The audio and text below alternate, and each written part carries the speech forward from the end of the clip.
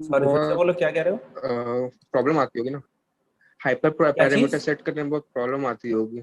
नहीं, Adam hyper ने ये पैरामीटर सब सेट काम, करने में बहुत प्रॉब्लम आती होगी। एडम ने ये काम बहुत इजी कर दिया है। ठीक है, अभी तुम अच्छा अच्छा। देखोगे कि तुम्हें ये सब हाइपर पैरामीटर ट्यून ही नहीं करने पड़ेंगे। हाइपर पैरा मतलब कि जैसे एडम में तुम्हारा एक बीटा वन आ जाता है। क्या हुआ? हम्म। चल नहीं रहा है क्या?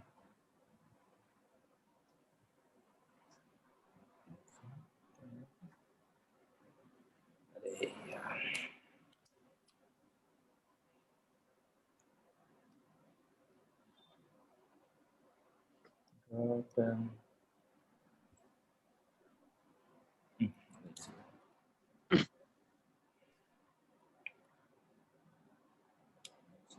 अच्छा, एक और बात सर, ये एक आर्टिकल मतलब देख रहा था अभी थोड़ी देर पहले, towards data science dot com में एक है कि इसमें सारे ऑप्टिमाइजर को कंपेयर किया है एक हम्म ग्राफ की मदद से।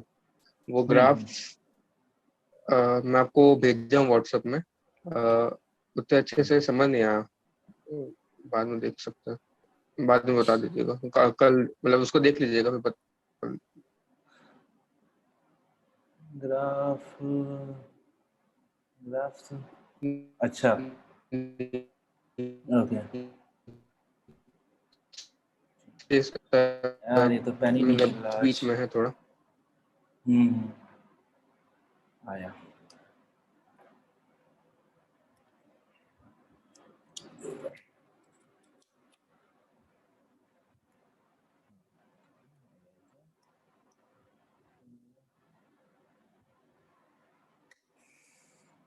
इसमें कोई दिक्कत है? क्या होगा इसको? लेजर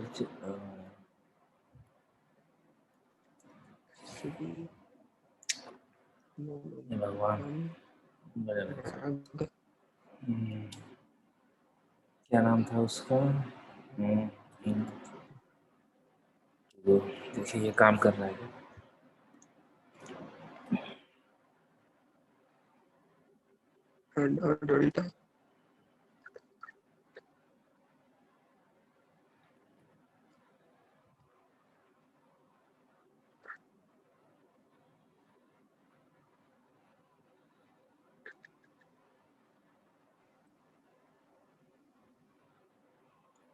ये स्टार टाइप का ग्राफ है, उसकी बात कर रहे हो? थोड़ा सा और नीचे, हाँ ये ये वाला, ओके। ठीक है। चलो, कोई और आया कि नहीं आया? दिख नहीं रहा है। अभी तो नहीं है। नहीं आया, ठीक है। चलो देखिए, ये टाइप कर रहा है। अरे यार, आज से एकदम क्या हो गया इसको, चल भी नहीं रहा है। अच्छा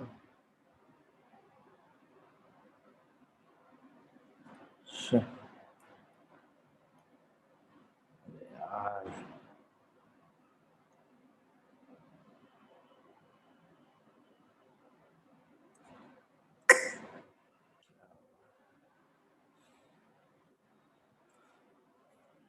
आज लगता है ऐसे ही इस पे चल रहा है, इस पे नहीं चल रहा है।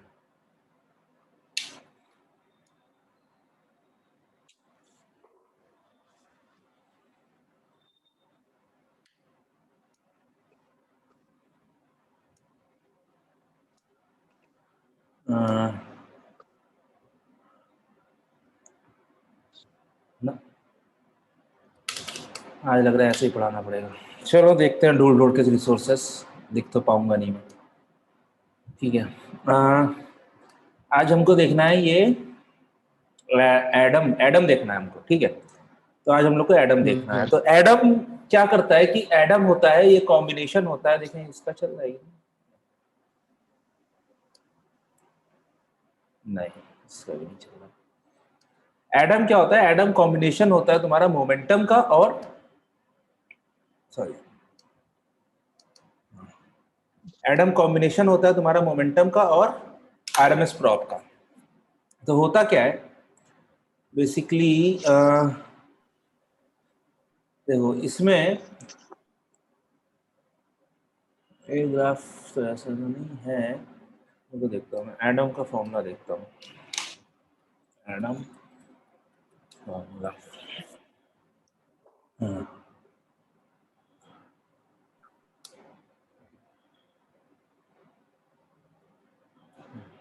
तो जैसा कहा कि एडम क्या होता है कि ये मोमेंटम और आरएमएस प्रॉप दोनों को लेकर आता है।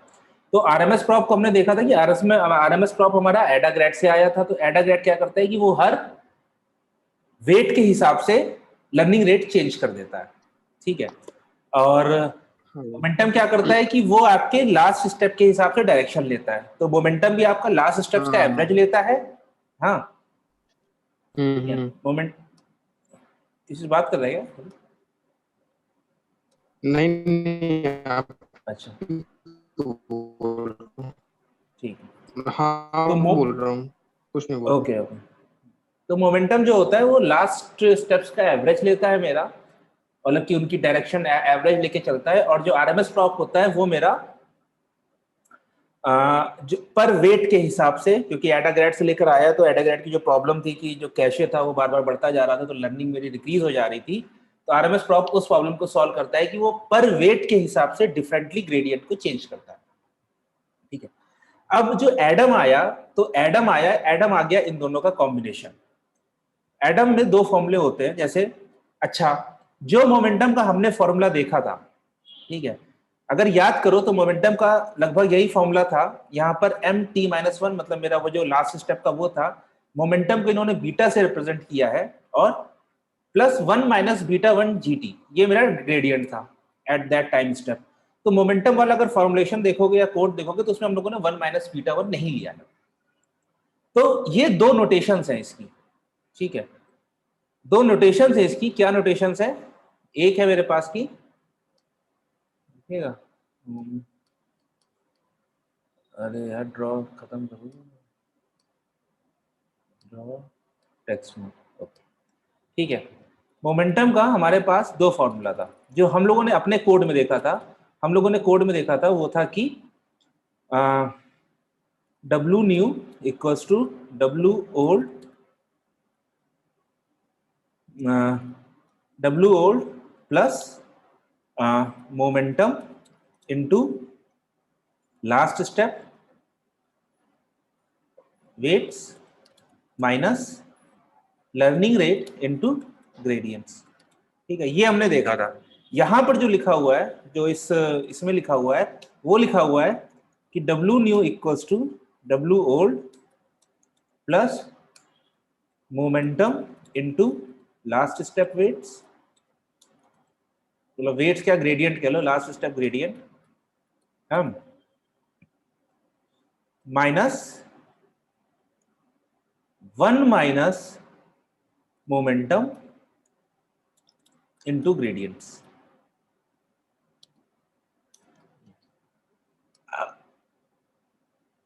दिख रहा है ना? इसको भी मैं लास्ट स्टेप ग्रेडियंट्स कर देता हूँ, ठीक है। तो ये था मेरा फॉर्मूला, जो दो फॉर्मुलेशन है।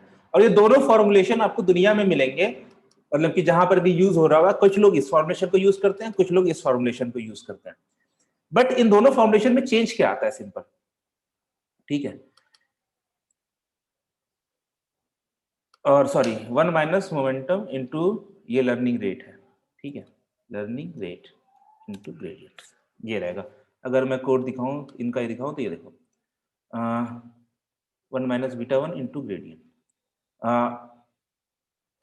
अब ये जो लर्निंग रेट है, ये मेरा नॉर्मल लर्निंग रेट है। और ये जो ये वाली फॉर्मुलेशन यूज करते हैं, तो उसमें हमें, मतलब ये जो लर्निंग रेट है, ये एक तरह से हमें ट्यून, हमें देखो दोनों करना है, ट्यून हमें मोमेंटम भी करना है, ट्यून हमें मोमेंटम भी करना है और लर्निंग रेट भी करना है, ठीक है। मोमेंटम को जनरली रिप्रेजेंट कर देते हैं बीटा से, ठीक है। तो ट्यून हमें मोमेंटम भी करना है और लर्निंग रेट भी करना है। तो यहां पर खाली जो डिफरेंस आ रहा है, यहां पर एक नंबर है और यहां पर दो नंबर है। तो कुछ लोग कहते हैं कि अगर आप इस नोटेशन को लिखेंगे तो इस नोटेशन का मतलब है कि one minus momentum into learning rate, तो क्योंकि वो भी एक नंबर ही आएगा मल्टीप्लाई करके, तो इसलिए वो लोग दोनों नोटेशन यूज होती हैं। बट असली नोटेशन है ये, ठीक है। असली नोटेशन है ये 1 माइनस मोमेंटम सर ये इनटू किस, ग्रेडियंट्स। सर ये एडम का देख रहे हैं? नहीं, मोमेंटम का। अभी हम लोग एडम पर आएंगे, अभी मैं मोमेंटम की बात कर रहा हूँ, जो कि एडम जो है वो मोमेंटम और आरएमएस प्रॉप दोनों का कॉम्बिनेशन है। ठीक है, तो हाँ हाँ, हम लोगों ने जो कोड में लिखा है वो हम लोगों ने ये वाला स्टेप, ऊपर ये वाला। वाली डेफिनेशन यूज करी हाँ है, ऊपर वाली। ठीक है, बट यस यस। ओरिजिनल जो होती है वो ये होती है। लोग क्या कहते हैं, क्योंकि हम दो नंबर्स को मल्टीप्लाई कर रहे हैं तो हम खाली इसी नंबर को ट्यून कर लेंगे उस हिसाब से, हमें खुद से ट्यून करना अच्छा पड़ेगा। अच्छा। ठीक है, तो वो लोग कहते हैं कि दो नंबर को मल्टीप्लाई करके भी हमारे पास एक ही नंबर आएगा, तो जो लर्निंग रेट होगा हम उसको उसी का कॉम्बिनेशन मान लेंगे, लेकिन असली होती है ये ओके। डेफिनेशन। ठीक है, और अगर मैं इसको ये हटा दूं, मतलब कि हमारा बेसिकली फॉर्मूला क्या होता है, W new equals to W old plus updates, और अपडेट्स जो है मेरे पास वो हो जाती है ये कंडीशन। ठीक है, तो ये जो है मेरा, ये मेरा क्या लिखा हुआ, ये मेरा सिंपल वही लिखा ना कि बीटा वन, अगर मैं इसकी बात करूं, बीटा वन ये मोमेंटम है इनटू जो लास्ट स्टेप तक के मेरे पास वो एट से। अच्छा, एक चीज यहां पर मैं लिखना भूल गया कि last step gradients equals to gradients, और ये इनिशियलाइज होता है जीरो से, ये हमने देखा था। ठीक है, initialized with zero same shape as gradients, और वो जो ग्रेडियंट्स का शेप है वो होता है सेम शेप एज वेट्स, मतलब जिसका भी आप निकाल लोगे, अपडेट वेट्स का निकाल लो तो सेम शेप एज वेट्स का साइज हो जाएगा, सेम शेप एज बाइसेस का साइज हो जाएगा। ठीक है, तो ये जो फॉर्मूला है ये वही फॉर्मूला लिखा है, क्या, beta one into momentum, sorry momentum into last step के weights plus one minus beta one into one minus momentum into gradients. ठीक है, अच्छा ये हो गया मेरा किसका, मोमेंटम। अच्छा, अब इसमें एक दिक्कत है, इसमें दिक्कत क्या आती है, आज आज ही पेन चलना चाहिए था, आज ही नहीं चल रहा है। ठीक है, इसमें दिक्कत क्या आती है कि ये देखो मेरा ये जो लास्ट स्टेप है ग्रेडियंट्स का, ये इनिशियलाइज कहां से हो रहा है, ये जीरो से इनिशियलाइज हो रहा है।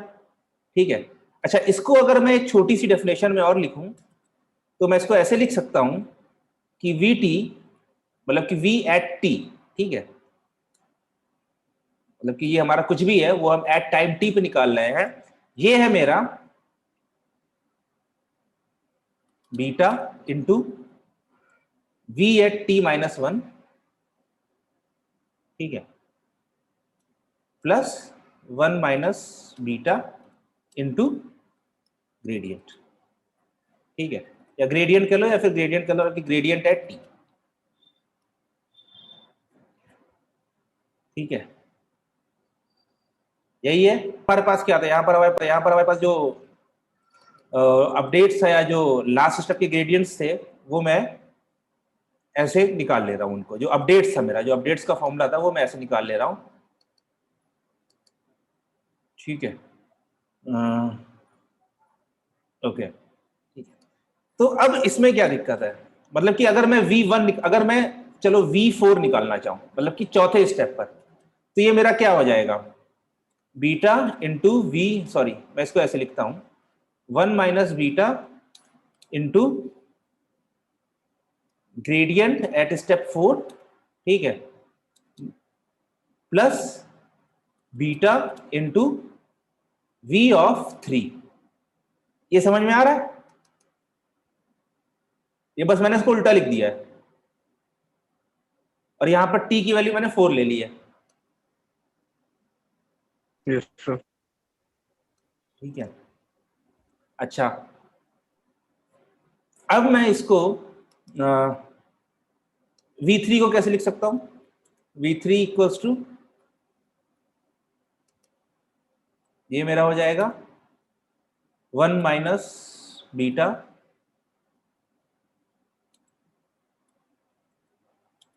Into G of 3 plus beta into V of 2।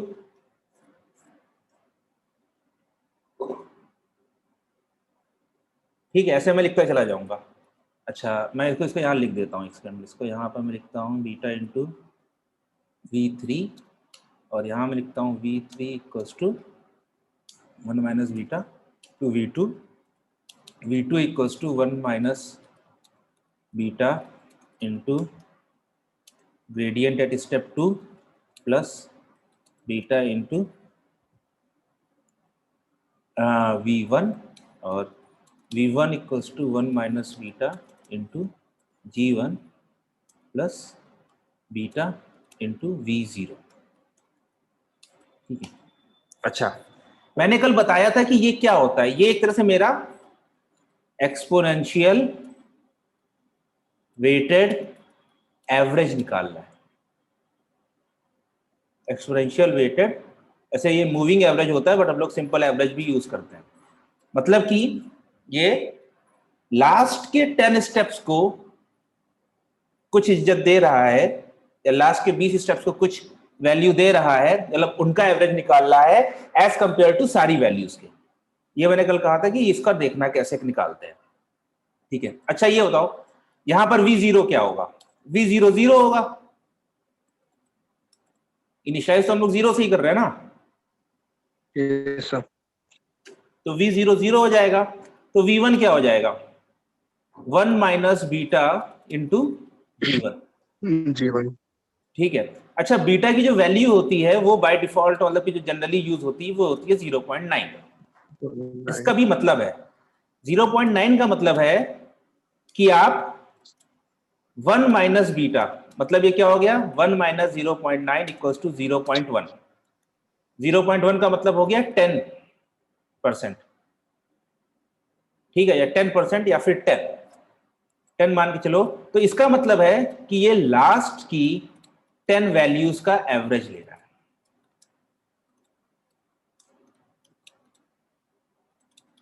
Approximately. ठीक है। अगर बीटा की वैल्यू हो जाएगी 0.98, ठीक है। अच्छा ये 0.1 से 10 कैसे आया? ये होता है 1/1 माइनस बीटा, 1/1 माइनस बीटा होता है। तो इसकी वैल्यू है 0.98, तो ये हो गया 1/1 माइनस 0.98, तो कितना आ गया 50। तो इसका मतलब है कि अगर बीटा की वैल्यू तुम 0.98 रखोगे तो इसका मतलब है कि ये लास्ट की 50 वैल्यूज का एवरेज लेगा।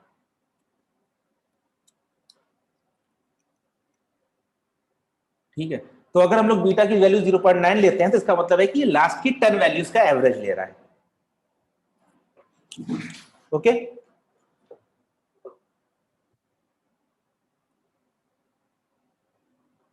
ये आया? Yes sir.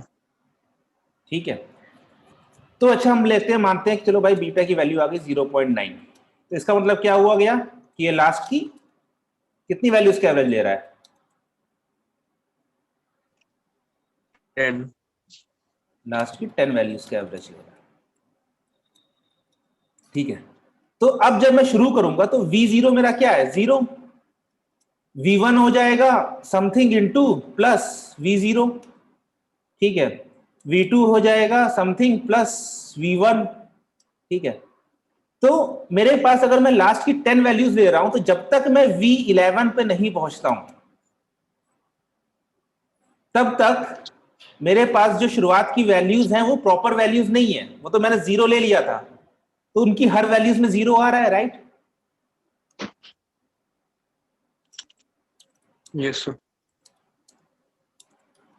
तो V11 से हमारे पास जो एवरेज आएगा वो मेरे पास प्रॉपर वैल्यूज का एवरेज आएगा, और शुरुआत में जो मेरे पास वैल्यूज है वो एवरेज वैल्यूज प्रॉपरली नहीं होंगी। क्यों? क्योंकि मेरे पास शुरुआत का जो मैंने इनिशियलाइजेशन लिया है वो 0 0 से पर। है। हाँ ठीक है। तो इस चीज को कहते हैं कि भाई कि मतलब कि हमें 10 स्टेप्स लग जाते हैं वार्म अप होने में, मतलब ठीक से वैल्यूज आने में। तो इसीलिए अगर तुमने आरएमएस प्रॉप का देखा है, अगर एडम का देखोगे ग्राफ यहाँ पर, ठीक है, रुको देखें जरा दिखाया है कि नहीं दिखाया उनसे।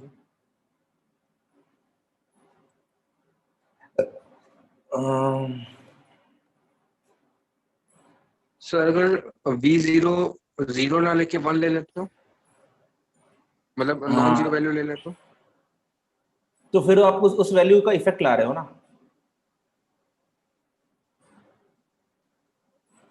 मतलब जीरो से भी इफेक्ट आ रहा है, नॉन जीरो लोगे, लेकिन नॉन जीरो क्या लेनी है क्यों नहीं लेनी है वो डिपेंड करेगा ना फिर तो।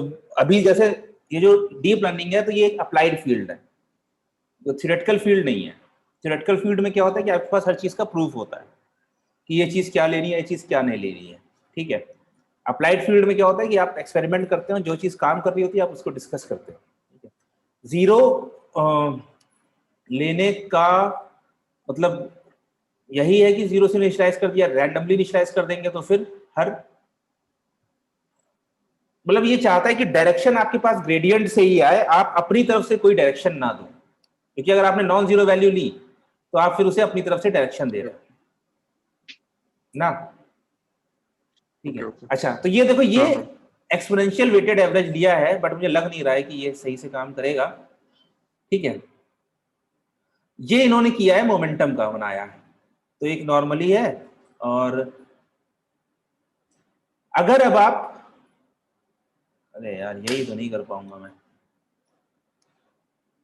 देखते हैं, ठीक है। अब मैं कह रहा हूं कि अगर मैं अभी मोमेंटम को डायरेक्टली शुरू करूंगा तो जानते हो ना वो यहां से नहीं शुरू करेगा, मोमेंटम इन्होंने ऊपर से शुरू किया है, वो नीचे से शुरू करेगा, यहां से। क्यों? क्योंकि उसकी जो शुरुआत की 10 वैल्यूज हैं वो बहुत लो रहेंगी, उसके अंदर जो जीरो का इफेक्ट है वो आ जाएगा, तो वो यहां से शुरू होगा। जबकि हम चाहते हैं कि ये चीज हमारे पास प्रॉब्लम ना रहे, तो मोमेंटम में एक चीज होती है एक्सपोनेंशियल वेटेड एवरेज में, इसे हम लोग कहते हैं बायस करेक्शन। ये बायस करेक्शन आपका ये वाला नहीं है, बायस आपका वो वाला बायस नहीं है, न्यूरल नेटवर्क वाला।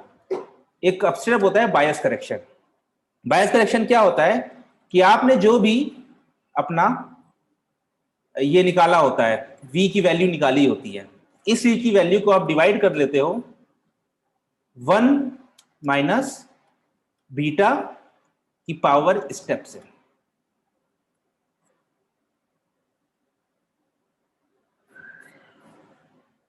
स्टेप नंबर जो भी हमारे पास होता है, ठीक है। तो अगर मैंने जैसे लिया 0.9, ठीक है, तो मुझे उसको मल्टीप्लाई करना है, तो वो मेरा हो जाएगा 1 डिवाइडेड बाई 1 माइनस 0.9 की पावर 0,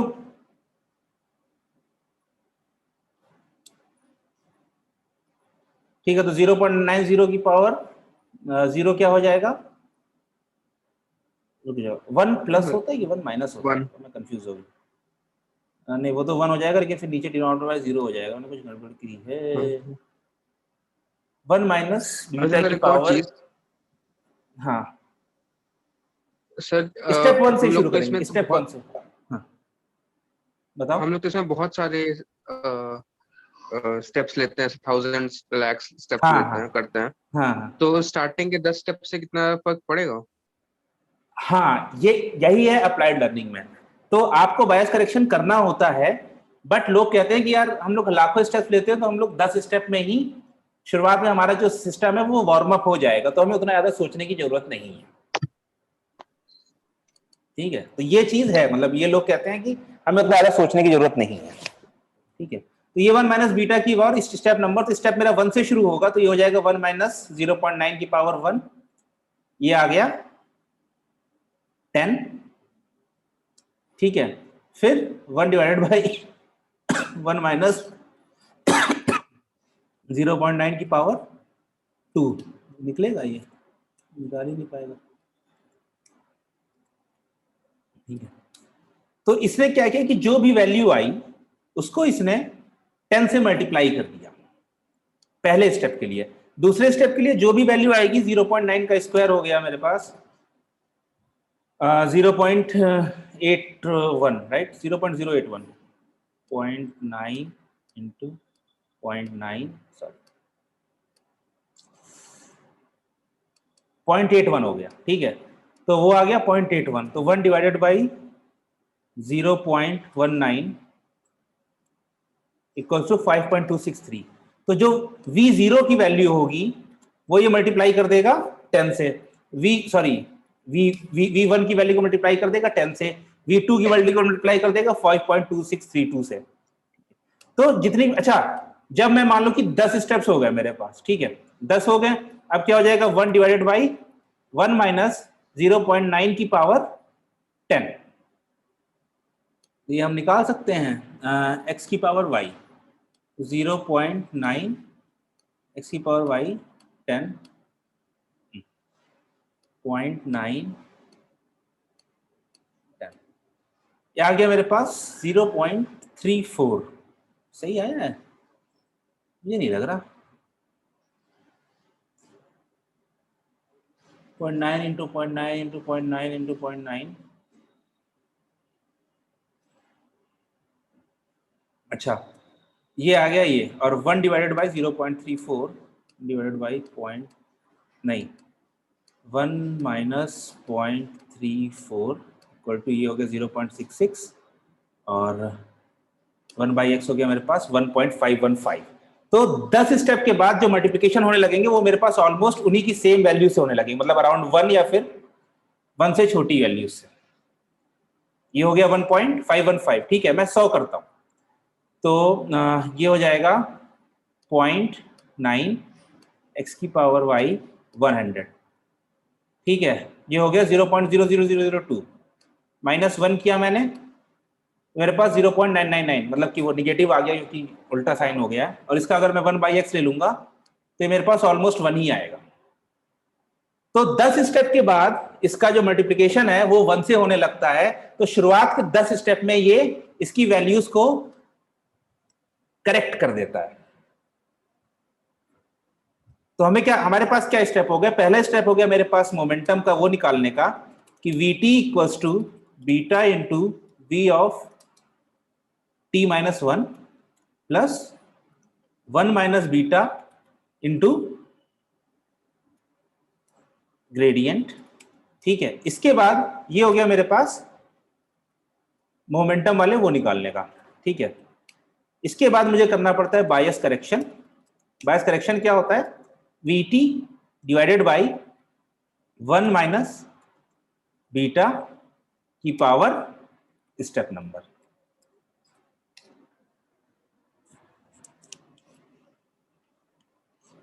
अच्छा ये हो गया मेरे पास मोमेंटम का कॉन्सेप्ट। आरएमएस प्रॉप का हमारे पास क्या था, हम लोग अपना कैशे लेते हैं, तो कैशे क्या हो जाता है मेरे पास, याद है कि नहीं याद है, rho into cache of old step plus 1 minus rho into gradient का स्क्वायर। तो cache at T equals to rho into cache of T minus 1 plus 1 minus rho into gradient का स्क्वायर, ग्रेडियंट का स्क्वायर, ठीक है। ये double वो Python की notation है, ठीक है ये हो गया। और उसके बाद मेरे पास अपडेट्स आते थे, ठीक है। तो अब अपडेट्स क्या होंगे, अब अपडेट्स हो जाएंगे मेरे पास आरएमएस प्रॉप प्लस मोमेंटम, तो मेरे पास अपडेट्स हो जाएंगे। ये एडम का फॉर्मूला अब लिख रहा हूं मैं, ठीक है, एडम फॉर्मूला। अपडेट्स हो जाएंगे बीटा, मतलब कि ऐसे नहीं होगा, पहले मेरे पास देखो वेट्स हैं और बायसेस हैं, ठीक है। तो पहले मैं वेट्स का करता हूं काम, ठीक है। तो सबसे पहले मुझे वेट्स के लास्ट स्टेप निकालने पड़ेंगे, ठीक है। तो मोमेंटम के लिए तो लास्ट ग्रेडियंट्स, इसको मैं लिखता हूं LG, ठीक है। ये मेरे पास क्या हो जाएगा, beta into last gradients, last step के ग्रेडियंट्स प्लस 1 माइनस, अच्छा मेरे पास 2 हो जाएंगे तो मैं यहाँ पर इसे ऐसे लिखता हूँ, beta 1 into this plus 1 minus beta 1 into gradients, ठीक है। ये मेरे पास होगा लास्ट स्टेप वाले ग्रेडियंट्स। अब मुझे इसके ऊपर पहले मुझे क्या करना है, कैलकुलेट मोमेंटम स्टेप, फिर है डू बायस करेक्शन। तो बायस करेक्शन हमने क्या देखा है हमारे पास है, वो है मेरे पास LG डिवाइडेड बाई, मतलब इसे मैं लिख देता हूं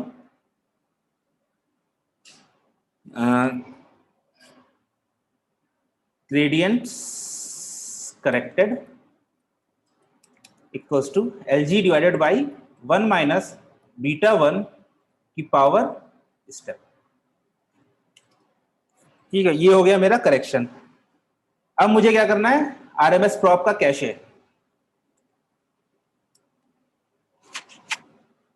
ठीक है, तो ये मेरे पास हो जाएंगे weight cache equals to beta 2, जो रो था मेरा, रो को अब मैं बीटा 2 की तरह रिप्रेजेंट कर रहा हूं। ठीक है, मैं चाहो तो रो भी लिख सकते हो, कोई दिक्कत नहीं है, बट ये है कि जब आप उसका, मैं रो ही लिख देता हूं नहीं तो कंफ्यूजन हो जाएगा। रो इनटू लास्ट वेट कैशे, ठीक है, plus 1 minus rho into gradient का स्क्वायर। ठीक है, ये हो गया RMS प्रॉप का कैशे। फिर मुझे इसको भी करेक्ट करना पड़ेगा। ठीक है, क्योंकि ये भी मेरा एक तरह से जो रो की वैल्यू होगी, मान लो रो की वैल्यू 0.9 हुई, तो इसका मतलब क्या हो जाएगा कि वो लास्ट के 10 स्टेप से उठा के लेकर आ रहा है, तो मुझे इसको भी करेक्ट करना पड़ेगा। तो weight cache corrected equals to weight cache divided by 1 minus rho की पावर स्टेप। ठीक है, तो मैंने मोमेंटम निकाला, उसको करेक्ट किया, मैंने RMS प्रॉप निकाला, उसको करेक्ट किया। अब मेरे पास फॉर्मूला आएगा पूरा कि updates equals to negative of learning rate into gradients corrected, gradients corrected divided by square root of, मेरा क्या होता था, जो हम लोग कैशे निकालते थे, तो weight cache corrected plus epsilon.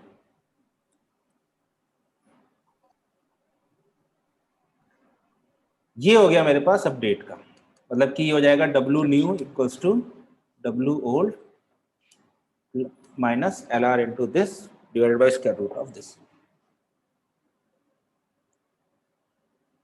तो अब ये मेरा जो एडम है ना, ये दोनों काम करता है, ये मेरा मोमेंटम वाला काम भी करता है और ये मेरा RMS प्रॉप वाला काम भी करता है। RMS प्रॉप वाला काम क्या करता है कि वो आपके जो स्पार्स और डेंस वाली चीज होती है और हर वेट्स के हिसाब से उसका लर्निंग रेट अलग हो जाता है, और मोमेंटम वाला काम करता है कि लास्ट के एवरेजेस लेकर चलता है वो, क्योंकि हम लोग क्या निकालना है, हम लोग की तरह से एवरेज ही निकालना है, तो लास्ट के एवरेजेस लेकर चलता है और उसी हिसाब से डायरेक्शन बताता है।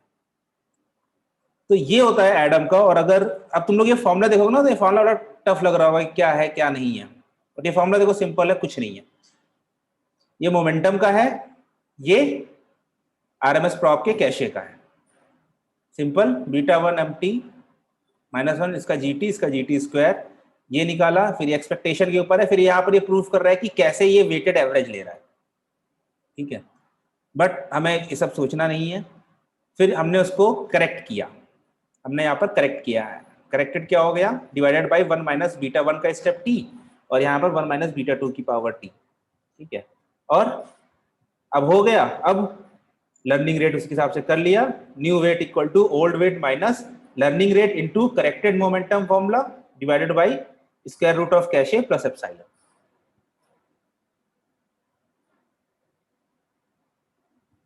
ये आपको बेसिकली आपको बीटा 1 बीटा 2 रहता है, रो नहीं रहता है, तो वो पैरामीटर आप ले सकते हो, बट ये फॉर्मूला कुछ टफ नहीं है, फॉर्मूला काफी इजी है और इसका कोड और इजी है। यहाँ पर इन्होंने नंबर ऑफ इटरेशंस के हिसाब से ग्रेडियंट कंप्यूट किया, m निकाला कैसे, beta 1 into M plus 1 minus beta 1 into G, और m की वैल्यू 0 रहेगी शुरुआत में। v निकाला beta 2 into V plus 1 minus beta 2 into G का स्क्वायर, ग्रेडियंट का स्क्वायर। m हैट निकाला corrected bias corrected version, m divided by this, v hat निकाला v डिवाइडेड बाई दिस, आखिरी में फाइनल वेट्स निकाले इन्होंने, weights equal to w minus step size क्या है, ये लर्निंग रेट है into M hat eta divided by NP dot root plus epsilon.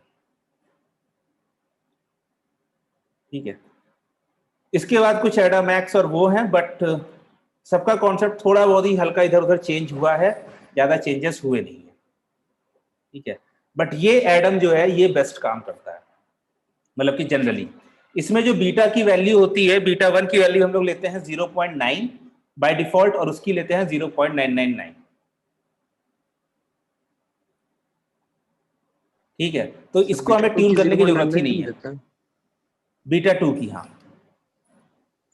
और ये मैं नहीं ले रहा हूं, ये दिखाता हूं तो मैं, जो एडम का पेपर था, एडम ऑप्टिमाइजर पेपर, तो ये वैल्यूज पेपर से ही आ रही हैं, पेपर में ही उन्होंने पूरा कर रखा है।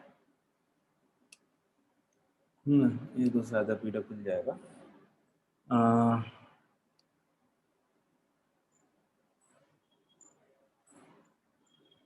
ठीक है, ये 2014 का पेपर है, मतलब ये सब डीप लर्निंग शुरू हुई थी उसके बाद आई थी। ये देखो सिंपल है फॉर्मूला, स्टोकेस्टिक ऑप्टिमाइजेशन ये करना है, बीटा 1 की वैल्यू 0.9, बीटा 2 की वैल्यू 0.999 और epsilon equal to 10 to the power -8। तो हमारे पास भले यहाँ पर 4 हाइपर पैरामीटर है, क्या, लर्निंग रेट, बीटा 1, बीटा 2 और एप्सिलॉन, बट 3 की वैल्यूज हमारे पास फिक्स है। ठीक है, 3 की वैल्यूज हमारे पास फिक्स है, तो हमें खाली लर्निंग रेट को ही अपना ट्यून करना है और किसी चीज को नहीं ट्यून करना है। अच्छा, ये आईसीएलआर का पेपर था, और ये समझ लो ICLR one of the best conferences है मशीन लर्निंग की दुनिया में, मतलब वहां पर इतने बड़े बड़े लोग बैठे हैं कि सब कुछ देखते हैं। इस पेपर में जो प्रूफ दिया गया है कि एडम क्यों काम करता है, ये प्रूफ गलत है।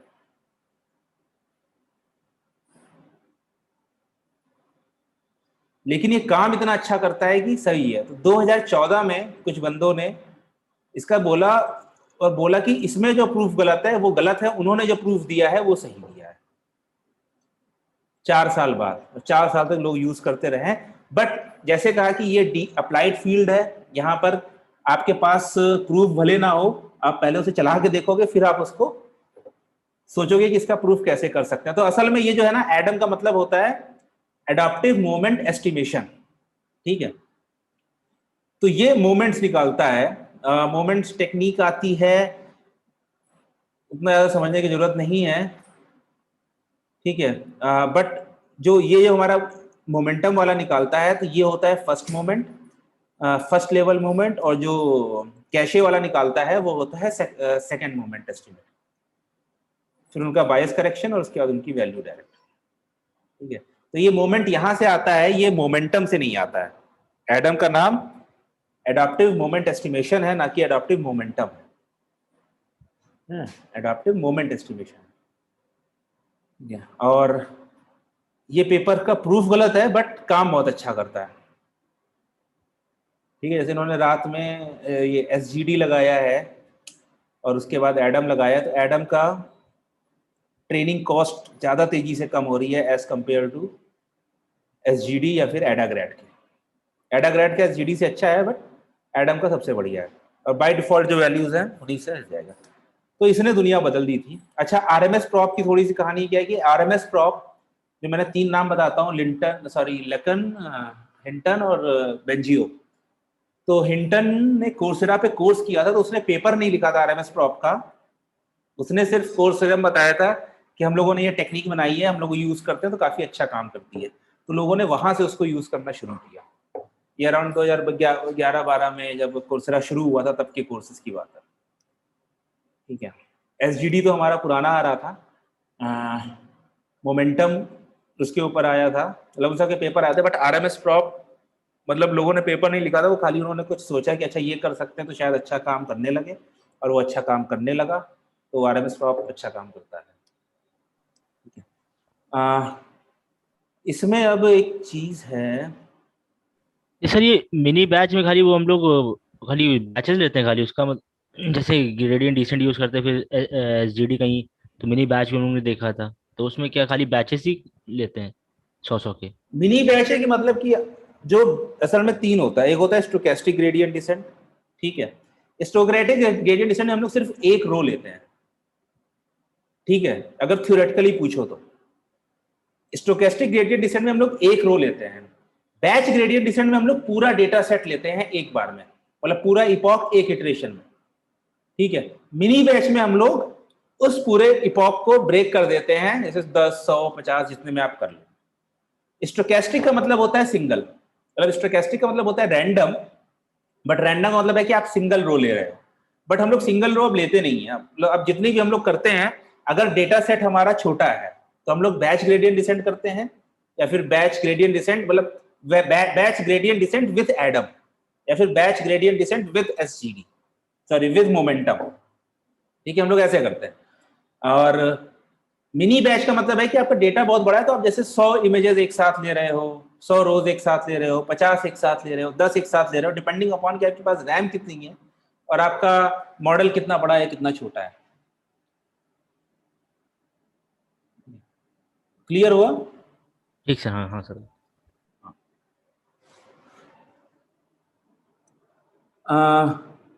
ठीक है, तो ये जो ग्राफ है, इस ग्राफ को तुम ऐसे समझ सकते हो कि हम लोग जो रैंडमली वेट्स इनिशियलाइज करते हैं, ठीक है, तो हम लोगों ने जो रैंडम हमारी कॉस्ट आई है, जो पहले स्टेप की कॉस्ट आई है, वो यहाँ पर स्टार्टिंग पॉइंट पर है, और ये जो स्टार है ये मेरा मिनिमा है, ग्लोबल मिनिमा है, मुझे यहां तक पहुंचना है। ठीक है, मुझे यहां तक पहुंचना है। तो सबसे पहले जो एसजीडी है, तो एसजीडी ये पिंक वाला आ रहा है इधर। एसजीडी का मतलब है कि बहुत ही स्लो है और वो लोकल मिनिमाज में फंस जा रहा है। ठीक है, देखो कितनी स्लो से आ रहा है, ये स्लो से आ रहा है। फिर हम लोगों ने देखा मोमेंटम, मोमेंटम है हरा की, तो मोमेंटम आपका लर्निंग रेट तो तेज करता है और ये थोड़ा दूर भी पहुंच गया उससे, लेकिन फाइनली वो वापस अपने स्टार पर आ गया है। और 4 से मतलब खाली एसजीडी से तेज है, बाकी सबसे थोड़ा स्लो है। ठीक है, नैग क्या है, नेस्टेरोव वेडाग्रैड है क्या ये? नैग का मुझे मतलब नहीं पता यहाँ पर क्या मतलब है, यहाँ पर इनका similarity with Adagrad, RMS prop, R prop, नहीं पता क्या है, नैग क्या है। ठीक है, एडा डेल्टा, और फिर उसके बाद ब्लू वाला एडाग्रैड है। तो देखो कि ब्लू वाला मेरा दूसरी डायरेक्शन में जा रहा था, तो एडाग्रैड क्या करता है, मेरा एडाग्रैड का मेरा काम क्या होता है कि एडाग्रैड वो उस प्रॉब्लम को सॉल्व करता है जिसमें आप सारे वेट्स का, जितने भी पैरामीटर्स हैं, सबका लर्निंग रेट सेम रखते हो, जबकि ऐसा जरूरी नहीं है, क्योंकि हमारे पास कुछ पैरामीटर्स ऐसे होते हैं जिनका लर्निंग रेट मतलब कि जो इनके पास वैल्यूज लो है, तो उनका लर्निंग रेट हम स्लो चाहते हैं। तो ये गलत डायरेक्शन में जा रहा था, लेकिन एडाग्रैड ने इसको फिर तुरंत सही डायरेक्शन में ले आया। फिर एडा डेल्टा एडाग्रैड का ही एक चेंज है, मतलब एक वर्जन है। और आखिरी में है हमारा आरएमएस प्रॉप। तो आरएमएस प्रॉप है क्या, ब्लैक। तो ये इस टाइम पर सबसे सही जा रहा है। अब इन्होंने एडम का नहीं किया है, मेरे ख्याल से एडम दोनों का और बढ़िया जाता। तो देखो एडाग्रैड और आरएमएस प्रॉप की शुरुआत सेम हुई है, क्योंकि दोनों लगभग सेम काम करते हैं। कैसा, पर वेट के मतलब कि पर पैरामीटर के लर्निंग रेट को चेंज करते हैं। एक बार मीटिंग एंड हो रही है, वापस से ज्वाइन करो, फिर आगे बात करते हैं।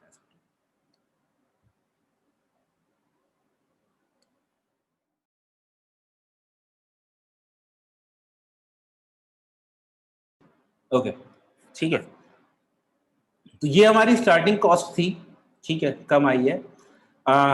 अगर इसमें से कुछ सीखना है तो ये सीखो कि एडाग्रैड, एडा डेल्टा और आरएमएस प्रॉप, इन तीनों की शुरुआत लगभग सेम हुई, क्योंकि ये तीनों लगभग लगभग सेम तरह के कॉन्सेप्ट पे काम करते हैं। और इन तीनों ने जैसे ही देखा कि मेरा जो लर्निंग रेट की वजह से मेरा जो कॉस्ट है वो दूसरी डायरेक्शन में जा रही है, इन्होंने उस डायरेक्शन को चेंज कर दिया। ठीक है, मोमेंटम इस देर में काफी देर में आया था, और ये नैच का मुझे पता नहीं है, और एसजीडी तो पहुंच नहीं पाया। तो मेन चीज है कि हमको यहां से यहां तक पहुंचना है। हाँ बताओ। मैं ये बोलता एडा डेल्टा पे तो बहुत अच्छा काम कर रहा है। हाँ, मतलब वो काम कर रहा है, आखिरी में आके देखो। अच्छा, इसको तुम ऐसे स्लो भी हो देखो जाता है। कि जब शुरुआत करो, बताओ क्या कह रहे हो। हाँ, थोड़ा लास्ट में आके स्लो हो जा रहा है एडा डेल्टा। नहीं, सभी स्लो हो रहा है, यही तो खास बात है कि सभी स्लो हो बहुत रहे हैं, ज्यादा मोमेंटम स्लो हो कुछ। रहा है। हाँ तो वो लर्निंग रेट के हिसाब, मतलब वो अब किस जगह पर स्लो कर रहा है, क्योंकि ये यहाँ पर जाकर उसकी क्या चीजें आ रही हैं वो चीज देखनी पड़ेंगी हमें, कि ये किस चीज का डेटा सेट है और किस हिसाब से काम कर रहा है। बट हमें जब हम लोग अपने ग्लोबल मिनिमा के पास हो तो हम लोग चाहते हैं कि हम स्लो रहे, नहीं तो हम लोग कूद के आगे चले जाएंगे। हम्म। ठीक है, तो ये ग्राफ इस चीज को रिप्रेजेंट हाँ कर रहा है हाँ। कि शुरुआत में इनकी स्पीड काफी आ जाता है और बाद में इनकी स्पीड जैसे जैसे ग्लोबल मिनिमा पहुंचते हैं इनकी स्पीड कम हो रही है। ठीक है, तो अगर इस ग्राफ को समझना है तो इसको ऐसे ही देख सकते हो कि कौन किस तरह से कितनी तेजी से किधर आ रहा है, और जो सबसे तेजी से पहुंचेगा वो मेरा विनर। ठीक है, इस तरह के और भी ग्राफ हैं, देखता हूं मैं जरा, ऑप्टिमाइजेशन ग्राफ्स।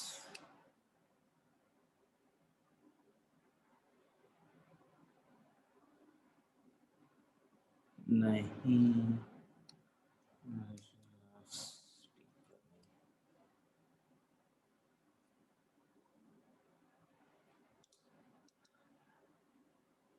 है लेकिन मुझे ढूंढना पड़ेगा कहाँ पर है।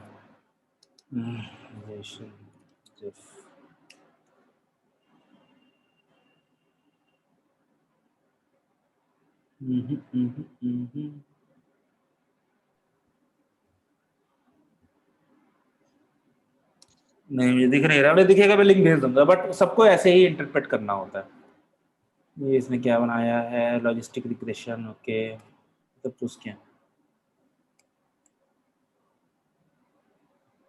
लायन हॉलब्रुक, ठीक है, ये डिसीजन ट्री लग रहा है। हाँ खैर,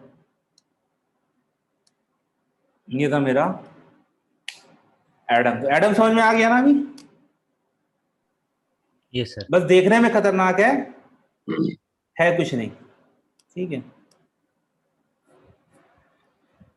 अच्छा सर, एक चीज़ पूछनी, जैसे मशीन लर्निंग पढ़ रहे थे तो उसमें नॉर्मल ग्रेडियंट डिसेंट से काम चल जाता है, एसजीडी चल जाता है, तो अगर मशीन लर्निंग का जैसे छोटा डेटा सेट है तो क्या हम लोग इस तरीके इसको लगा के एडम लगा सकते हैं उस पर भी? एडम हाँ लगा सकते हो, कोई दिक्कत नहीं है, बिल्कुल लगा अच्छा सकते नहीं, हो। जैसे एक बार मैंने किया था मशीन लर्निंग का डेटा सेट पे काम किया था, तो उसमें न्यूरल नेटवर्क, उसमें जब मैंने डीप लर्निंग का कंसेप्ट लगाया था तो एरर बहुत कम आ रही थी, और मशीन लर्निंग का लगाया था तो बहुत ज़्यादा आ रही थी छोटे डेटा सेट पे। नहीं, एरर तुमने उसको डिवाइड किया था ट्रेनिंग और टेस्टिंग में, हाँ सर, डिवाइड किया था वो, तो लेकिन टेस्टिंग में एरर वही। कम आ रही थी डीप लर्निंग में। हाँ सर, टेस्टिंग में की थी, हाँ जो टेस्ट किया था उसका जो एक्यूरेसी निकाली थी, स्कोर निकाला था, वो कम आ रहा था, फिर मैंने मशीन लर्निंग का नॉर्मल लगाया था तो उससे ज़्यादा आ रहा था, छोटा डेटा सेट छोटा था, और वही वही कंसेप्ट मैंने आ, बड़े डेटा सेट पे लगाया तो रेट अच्छा आ रहा था एक्यूरेसी। नहीं मतलब देखो, डीप लर्निंग के लिए कहा तो जाता है कि डेटा सेट बड़ा चाहिए, बट जेफरी हावर्ड ये फास्ट डॉट एआई का फाउंडर है और काफी सही बंदा है मशीन लर्निंग का, बहुत कैगल कंपटीशन जीता है।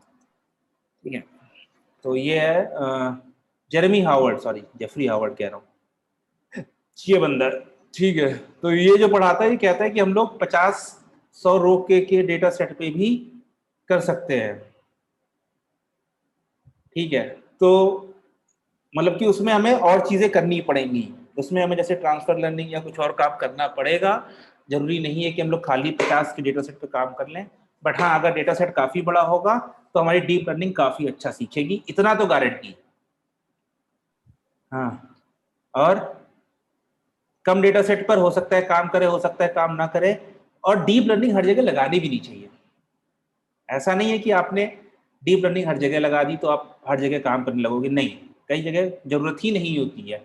आपका एक नॉर्मल लॉजिस्टिक रिग्रेशन, एक नॉर्मल एसवीएम काफी अच्छा काम करता है।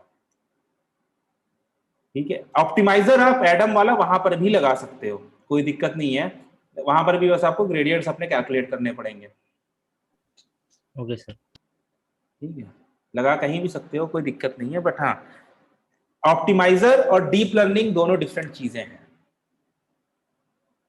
ठीक है, ऑप्टिमाइजर है कि आपको कोई फंक्शन दिया गया है, आपको उसका मिनिमम ढूंढना है। डीप लर्निंग न्यूरल नेटवर्क्स की टेक्निक है, मशीन लर्निंग की टेक्निक है जो कि न्यूरल नेटवर्क्स को यूज करती है। ठीक है, तो जहां पर भी आपको किसी फंक्शन का मिनिमम ढूंढना होगा वहां पर आप एडम, एसजीडी, मोमेंटम, एडाग्रेड, आरएमएस प्रॉप कुछ भी लगा सकते हो, क्योंकि ये सारे क्या है, stochastic gradient descent with RMS prop, stochastic gradient descent with momentum, stochastic gradient descent with Adam. ठीक है, ये कोई सेपरेट नहीं है, एडम एकदम एसजीडी से अलग नहीं है, ये उनके साथ ही, क्योंकि फॉर्मूला तो मेरा सेम ही है ना, W new equal to W old minus learning rate into gradients. हम लोग फाइनली ग्रेडियंट्स को ही तो चेंज कर रहे हैं, या फिर लर्निंग रेट को चेंज कर रहे हैं, हम लोग और कुछ नहीं कर रहे हैं। ठीक है, तो ये कोड है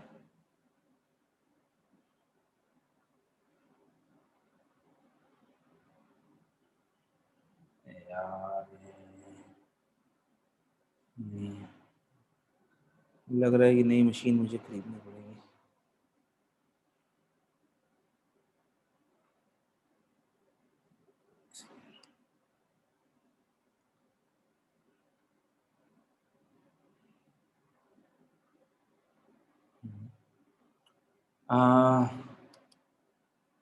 ठीक है, ये ऑप्टिमाइजर के साथ है कोड, और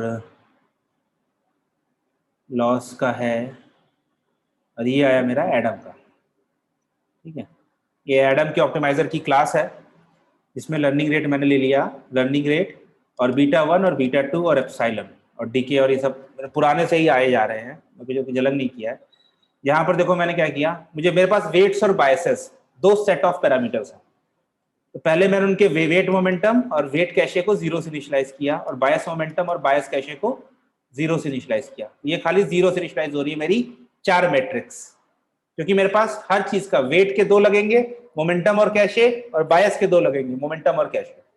ठीक है, फिर मोमेंटम मैंने कैसे निकाला है, beta 1 into weight momentums plus 1 minus beta 1 into gradients, और ये मैंने बायस के मोमेंटम निकाले हैं, beta 1 into bias momentums plus 1 minus beta 1 into biases.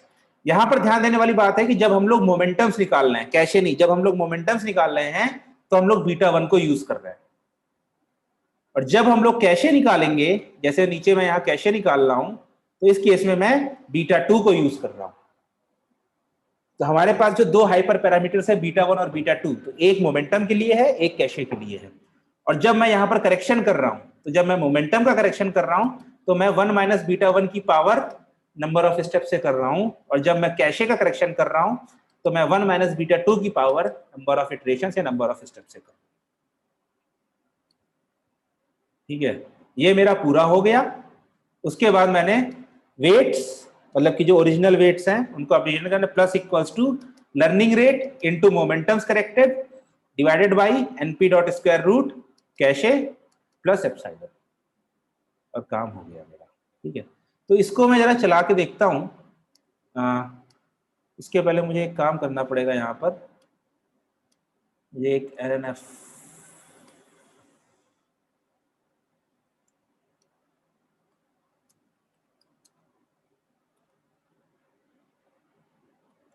System इतना ज्यादा स्लो क्यों हो गया है, क्या खा गया मैं कुछ यूज कर रहा हूँ।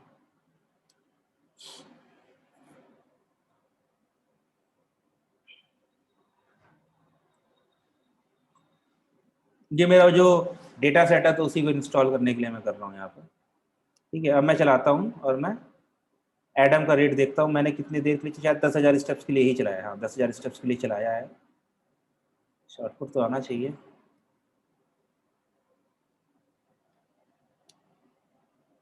है?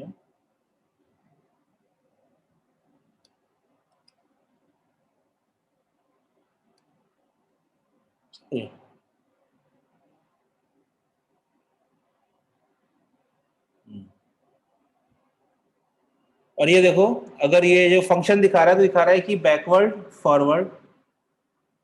ठीक है, 10,000 स्टेप्स में 96.7% एक्यूरेसी आपकी। लॉस मेरा 0.07 हो गया है एडम के केस में। देखो कितनी तेजी से ये चला है, मतलब मेरे ख्याल से 90% तो ये 1,000 स्टेप्स में पहुंच गया था, जितना कोई और नहीं पहुंच रहा था। तो इसमें अगर जैसे ये देखना हो 96% है, तो अगर मुझे देखना हम्म। हो, अगर ओवर फिटिंग अच्छा देखना, तो सर, वही इसमें एक और ट्रेनिंग और प्रॉब्लम है ना, टेस्टिंग करना जैसे पड़ेगा। एक एक करके हाँ बताओ, पहले तुम बताओ क्या कह रहे हो राहुल। मैं ये कह रहा हूँ, जैसे 96% हमारी निकली है, तो अगर मुझे ये देखना, चेक करना कि ओवर फिट है या अंडर फिट है, तो मुझे क्या ट्रेनिंग और टेस्टिंग का दोनों की एक्यूरेसी फिर देखनी पड़ेगी? अगर ट्रेनिंग की ज्यादा है तो फिर हाँ ओवर हाँ फिट है। अच्छा, वैसे ही सेम ऐसे ही होगा एग्जैक्टली, एमएल की सेम तरह। Concept same concept same concept ML ठीक का। ठीक। हाँ अब ठीक बताओ ठीक। अक्षत, तुम क्या कह रहे थे। सर जैसे हम लोग इसमें थोड़ा सा प्रॉब्लम है ना, जैसे हम लोग डेटा तो रैंडम ले रहे हैं, तो हाँ कभी कभी ऐसा होता है कि कुछ डेटा सेट के लिए एक्यूरेसी अच्छी होती है, कुछ डेटा सेट के लिए अच्छी नहीं होती है। तो जो एग्जैक्टली रैंडम एग्जैक्टली डेटा रहते हैं तो उससे थोड़ा सा इशू आएगा ना। एग्जैक्टली आएगा आएगा। ये जो तुम बात कर रहे हो, ये दोनों और तुमने और राहुल ने जो बात करी है वो लगभग सेम ही बात करी है। तो राहुल का क्वेश्चन था कि ये मेरा ओवरफिट कर रहा है कि नहीं कर रहा है। ठीक है, चल ही नहीं रहा है, ठीक है, कि ये मेरा ओवरफिट कर रहा है कि नहीं कर रहा है। तो ओवरफिटिंग और अंडर फिटिंग क्या होती है वो लोग नेक्स्ट वीक डिस्कस करेंगे। बट वो यही चीज होती है कि एक डेटा सेट पर बहुत अच्छा काम कर रहा है आपका, ठीक है, और एक डेटा सेट पे बहुत बुरा।